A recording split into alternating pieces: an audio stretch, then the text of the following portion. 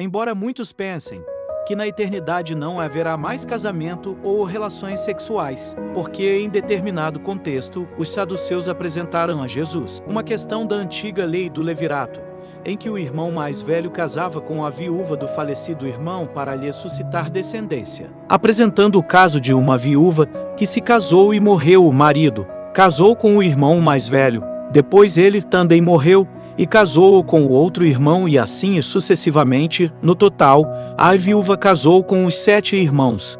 Mas todos os 7 morreram, um após o outro. E no final a viúva também morreu. Como os saduceus não acreditavam na ressurreição, querendo desmentir a crença na ressurreição, perguntaram a Jesus qual dos 7 irmãos seria o marido dela, após a ressurreição, sendo que ela se casou com todos os 7. Aparentemente Jesus respondeu: errais, não conhecendo as Escrituras nem o poder de Deus, porque na ressurreição nem o casam, nem são dados em casamento, mas serão como os anjos de Deus no céu.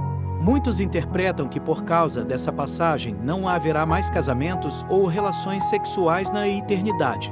Mas será que é isso mesmo que Jesus quis dizer? A princípio, quem estabeleceu o casamento e o sexo foi Deus, no Jardim do Éden, ainda antes do pecado original entrar no mundo, para Adão e Eva, a fim de que se multiplicassem e povoassem a terra. E Deus os abençoou, e Deus os disse: frutificai e multiplicai-vos, e enchei a terra, e sujeitai-a, e dominai sobre os peixes do mar, e sobre as aves dos céus, e sobre todo o animal que se move sobre a terra.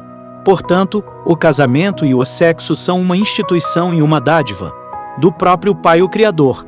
Por isso é prazeroso. Jesus não veio para revogar ou mudar o que o Pai nos instituiu e ordenou. Não cuideis que vim destruir a lei ou os profetas, não vim destruir, mas cumprir.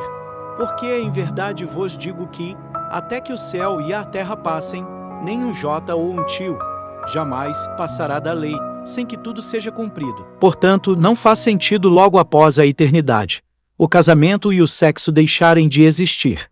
O que Cristo quis dizer ao falar que após a ressurreição não se casavam ou se davam em casamento, mas seriam livres como os anjos do céu, é que lá na eternidade as uniões matrimoniais desta terra, que são todas limitadas até a morte do cônjuge, já não têm mais vigor, uma vez que a morte não opera mais lá.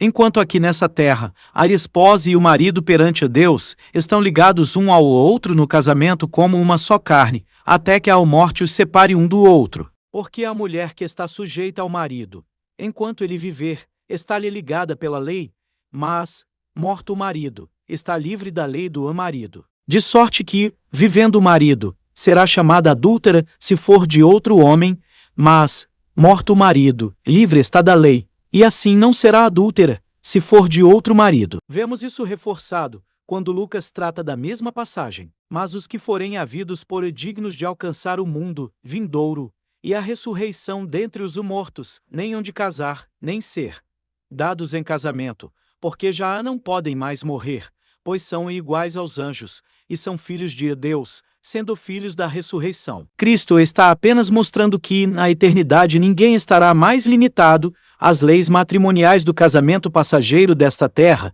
que se restringem à morte, podendo haver separações e novas uniões substitutivas, o que lá nunca mais acontecerá, pois todos viverão para sempre. Não haverá mais morte. Portanto, nenhum cônjuge será substituído ou trocado por outro. Como aqui acontece, as uniões amorosas entre homem e mulher continuarão existindo, mas não restritas à morte, pois lá como os anjos de Deus, seremos livres e imortais.